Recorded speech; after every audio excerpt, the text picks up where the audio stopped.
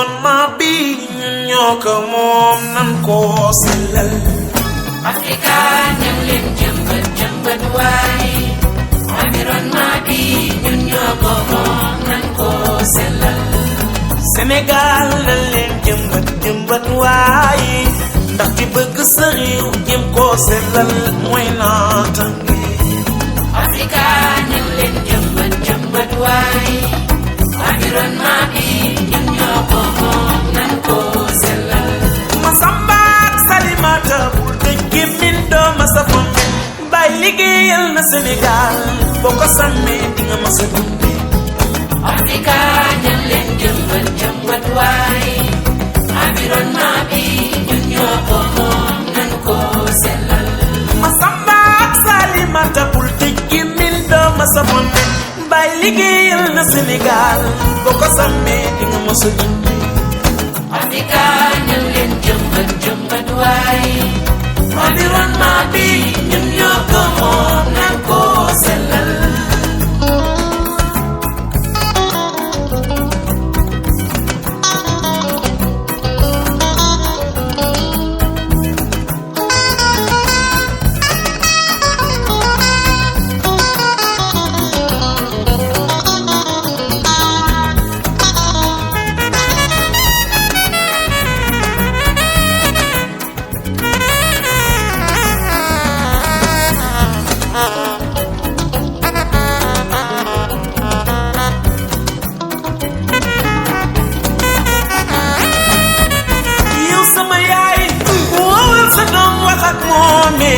ndax bu ëllëgee ñoom ñooy yaakaaru réew mi.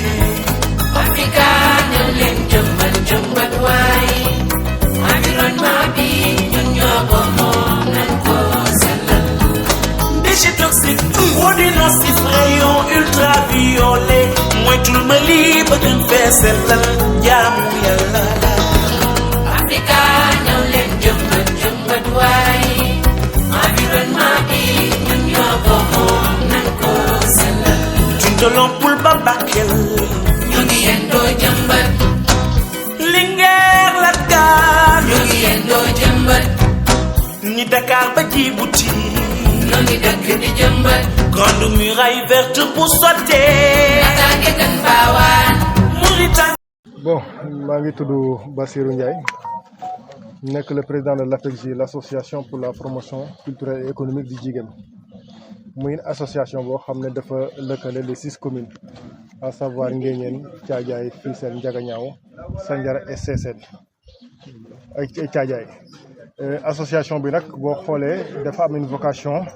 de développement une vocation de développement dans le sens où moo tax mu teg li ñu naan ay bànqaas yu bëri autour de Nidé Yàlla muy ay commission yu bëri. am na ay commission yu bëri commission bi nga xam ne moom moo teew fii tey initier cette journée muy benn journée boo xam ne benn pàcc la ci programme bi nga xam ne étalé woon na ko ci vacances yi muy le Djiguem Vert. ci biir Djiguem Vert bi nag ñu xaajoon ko ñaari pàcc bu njëkk bi ñu àndoon fii avec le ministre de l'environnement pour ñu mën a jalonner les 6 communes et ku ne xam ne gis na vraiment caravane boobu nu mu amoon importance au niveau du Djiguem waaye amoon importance aussi ci ñi nga xam ne vraiment alam bi ak nature bi daf leen soxal. ñu àndoon ci le ministre de l'environnement vraiment jalonner les 6 communes tey nag ñu ñëwoon nag amoon yéene parce que comme Nguéniène ci benn gox la ci gox yoo xamante ne ci APECJ la bokk vraiment ñu amoon yéene journée bi vraiment ñu ñëw jeexal seeko fi nga xam ne moom mooy di Nguéniène waaye ànd ceeg les acteurs. association bi nag dafay yëngatu ci ay fànn yu bari dafay yëngatu ci wàllu culture dafay yëngatu ci wàllu sport dafay yëngatu ci wàllu éducation. commission yi bari nañ commission bu ci nekk daanaka am nga ci benn projet boo xam ne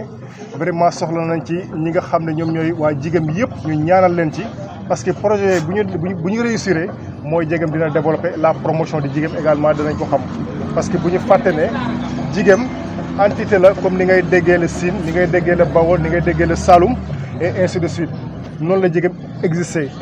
la seule histoire bi rattrapé Djiguem mooy Djiguem historiquement mos a am buur dañoo mos a autonome mos a moom seen bopp loolu moo tax boo xoolee Djiguem historiquement nit ñi xam nañ ko waaye boo demee tey sur le côté administratif daanaka Djiguem dafa nekk loo xam ne dañ ko commencé woon di ko fàtte moo tax depuis depuis un bout de temps ci lañ taxawal association bi nekk deuxième bureau association bi ñoom itam ñu nekk ñoo xam ne daanaka ñu ngi ci ay projet phare yoo xam ne benn bu ci nekk bokk na ci loo xam ne bu ñu ko taxawalee bu yeggee fu mu war a jëm jigéen danañ ko ci xam waaye itam danañ xam ne itam ay doomu jigéen aussi également màgg nañu waaye itam pare nañu itam pour itam fexe itam jigéen aussi fu ngay dégg Saloum di fa dégg Sine di fa dégg Bawol nga mun fa di fa dégg jigéen. Merci Monsieur le Président Bassirou Ndiaye. Donc remercier aussi ceux qui nous ont accueillis ici aujourd'hui, la mairie de Nguéniène à travers Monsieur le maire et ses collaborateurs, l'amicale aussi des jeunes de Nguéniène, des jeunes étudiants, mais des jeunes aussi de la localité. Voilà, nous les remercions vraiment de l'accueil. Cette activité aujourd'hui entre dans le cadre des activités de l'association. Vous savez, l'association a pour vocation le développement du Djiguem. Et qui parle du développement de la culture, mais parle du développement aussi environnemental. Vous n'êtes pas sans savoir que l'environnement rencontre de sérieux problèmes. Donc, des difficultés qui sont inhérentes, c'est vrai, à la vie, mais inhérentes aussi à l'homme. Donc, c'est pourquoi aujourd'hui nous sommes revenus à Nguéniène pour reboiser. Je dis bien reboiser. Nous sommes passés avec la caravane du ministre pour reboiser, mais nous sommes repassés pour revoir les recoins qui n'ont pas été reboisés, pour aussi amener une petite touche verte. Donc, pour ce qui a trait à ce qu'on appelle le Djiguem vert. Mais monsieur Ngom, reboiser c'est bien beau, mais qu'en est-il du suivi de ces plantes qui sont déjà reboisées au niveau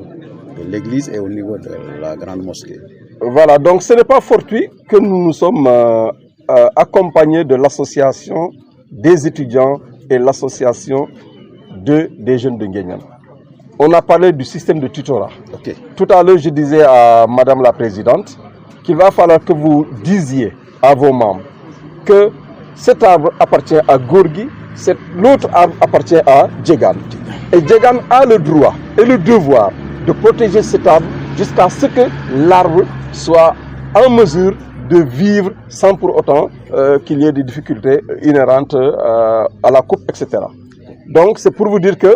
par rapport au suivi, vraiment c'est quelque chose de très important et on y a pensé avant de venir faire le reboisement. Donc il était même prévu dans cette activité de reboiser des allées. Mais puisque le problème des gabions se pose, donc nous avons préféré reboiser les endroits qui sont déjà clôturés, donc qui sont déjà dans des endroits propices où, par exemple, les animaux ne pourront pas entrer, donc pour éventuellement faire des saccages. Merci. Représentant Imam Ratib, grande mosquée bu Nguéniène, ñu ngi nuyu ñëpp di sant ñëpp di gërëm ñëpp ci seen doxalin wu rafet yi nga xam ne andi ngeen ko ci biir dëkk bi tey tànn ci nag ñaari bërëb muy bërëbu jaamukaayu yàlla yi te kenn ku ne xam na ne bërëb yooyu li muy dalal ci ay nit ci semaine bi ma ëpp kon loolu ñu ngi ciy sant yàlla bu baax. kon liggéeyu APIX dafa ñëw ci waxtoom ci Nguéniène. dafa ñëw ci waxtoom ci Nguéniène kon ñu ngi leen di sant bu baax di leen gërëm ci seen taxawaay di leen wax ne nag njëriñ li nga xam ne moom la association bi am ci taxawu gi muy taxawu pour jëmbat ay garab lu am solo la ndax kenn ku ne xam na ne njëriñ la fii ñu nekk fii ci àdduna waaye njëriñ la àllaaxira gañ jëm ndax kenn ku ne xam na ne jàng nañ ci waxu yonente bi alayhi salaatu wasalaam nit bu génnee àdduna léppam dafay arrêté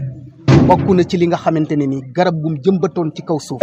mu bàyyi ko fi ñi fi des di ci xewlu loolu njëriñ la aussi beneen bi aussi jëmbat garab nit ñi di ci kerlu wala boog nit ñi di ci noyyi lu am solo la kon fa tabarakallahu ñu ngi leen di sant di leen gërëm di ñaan association bi fi ngeen bëgg mu jëm yàlla na yàlla may leen yóbbu leen fu kawe njortu seen xalaat ñu ngi leen di ñaanal ñi nga xam ne ñoo ko ŋànk yàlla yokku seen sutura yokku seen wër waaye yokku seen xam-xam waaye yokku seen am-am yokku seen man-man ci gàttal sant nañ leen gërëm nañ leen yàlla na yàlla fayal luñ leen ci barke Seydina Muhammad ci garab yi nga xamante ne moom la ñuy def nag ci bërëb yu sell yi looy wax taalibe yi ci côté yooyu. li may wax taalibe yi mooy jëmbat garab ba ko noonu amul njëriñ dafay am toppatoo ci wàllu arrosé ko ci waru saytu ko ba jur yi duñ ci dugg pour yàq ko ndax souvent dañ koy gis ñu jàmbat ko fenn mais du am suivi te loolu nag daanaka ñàq gu réer la te yàlla nañ ci yàlla musal kon li may ñaax suma bopp di ko ñaax mbokku jullit yi buñ ko jëmbatee ci bérébu jaamukaay yàlla nañu ko saytu toppatoo ko lépp lu ci war ñu taxaw ci. maa ngi tudd Malick Ndaw représentant du maire de la commune de Nguéniène monsieur Alpha Samb. D'abord sentiment de satisfaction moom la ñuy am ñu ngi leen di dalal fii ci Nguéniène di leen wax ne dal leen ak jàmm di nuyu président ASPE ak ñi moo àndal lépp di nuyu l'abbé bi di nuyu le représentant de l'imam di nuyu le chef des eaux et forêts Diegane di nuyu étudiants yeeg l'ensemble des membres yi nga xam ne ñoom ñoo accompagné tey association bi à commencer par le président ba le dernier membre di leen dalal fii si Nguéniène di leen wax bismillah yooyu gis nañu indi ngeen ko tey fii ci Nguéniène def ko ci bërëb yu sell yi lu demee ni église bi ak grande mosquée bi. Effectivement, on a un président chargé de l'environnement, un président très dynamique, très disposé aussi à tout faire. maa ngi wax tubaab bi ay jégalu koo xamante ne am na koo xam ne ci mairie bi tànn nañ ko def ko président commission environnement koo xam ne léppam ci gëstu la ne lu jëm ci wàllu alam bi ci wàllu gàncax bi ak loo xam ne day naatal dëkk bi te moom mairie bi compté na trop ci moom ndax gis nañ li mu jot a def am na ay résultats reboisement bi ñu njëkk a def gis nañ ça a réussi donc ñu ngi koy gërëm ci loolu di ko ci sant di ko gën a encourager aussi ak équipe bi nga xamante ni moom ngeen àndal le mouvement di leen gën a ñaax di leen gën a yaakaar aussi parce que garab du doy comme ni ko maire di wax toujours maire ci boppam daan jëloon na initiative ne képp ku jëmbat garab ba mu réussir moom dina la jox enveloppe. mu récompenser la. kon kooku bëgg na dëkkam naat te ba mu ko waxee ba léegi nit ñaa ngi ciy góorgóorlu te gis nañ ci résultat yi di gërëm d'abord le ministre de l'environnement si son passage la fois passée di ko remercier bu baax ak ñoom àndaloon yëpp di leen sant di leen gërëm ngeen ñëwaat tey defaat beneen passage ñëwaat Nguéniène kon loolu Nguéniène chance bu rëy la am ci programme de reboisement bii nga xam ne moom ngeen di def ñu leen si gërëm bu baax di leen sant di leen ñaanal yàlla yal na yàlla jëmale ko kanam yàlla sàmm leen bu baax gën leen dëgëral bu baax yàlla musal leen ci seytaane aussi ba fu ngeen bëgg a yegg yàlla yeggal leen fa. Je m'appelle Marie-Louise Dieng, la présidente de l'amicale des élèves et étudiants de la commune de Nguéniène. Donc maa ngi rafetlu journée bii nii parce que bi ma président Bassirou Ndiaye woowee di ma ko wax j'ai été ravie parce que dama ko ne ça tombe bien parce que ñun tamit on avait déjà prévu d'organiser cette journée. léegi bi ma ko waxee nag mu ne ma bàyyi naa lépp sa loxo vu qu'il y a une amicale là-bas et wóolu nañ leen tamit et voilà et depuis ce jour-là tamit étudiant Nguéniène yi bàyyiwuñ ma à savoir Michel il est de l'UVS Petit John lui aussi il est de Bambey donc ñun ñëpp étudiants yi dëkk Nguéniène yëpp dañoo booloo liggéey ensemble pour la réussite de cette belle journée voilà le président aussi bi ma laajtewee naa wax ak monsieur Babacar Diallo les sites à reboiser ñu xool ko man ak moom voilà moom tamit ba ma ko woowee ba léegi bàyyiwuma il n'arrêtait pas de m'appeler pour laajte ma affaire yi nu muy demee et tout donc si laa ko ne carrément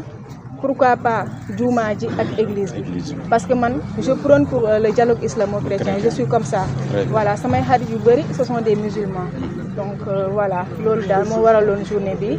maa ngi koy rafetlu et je suis très contente daal bon sama mbokk yi maa ngi leen di woo les jeunes góor comme jigéen ñu veiller à ce que ces plantes aient une suivi parce que plante tamit boo ko jëlee nga jëmbat ko sans mu am suivi amul sens. Africa na leen jëmbat waaye environnement bi ñun ñoo ko moom nan ko sellal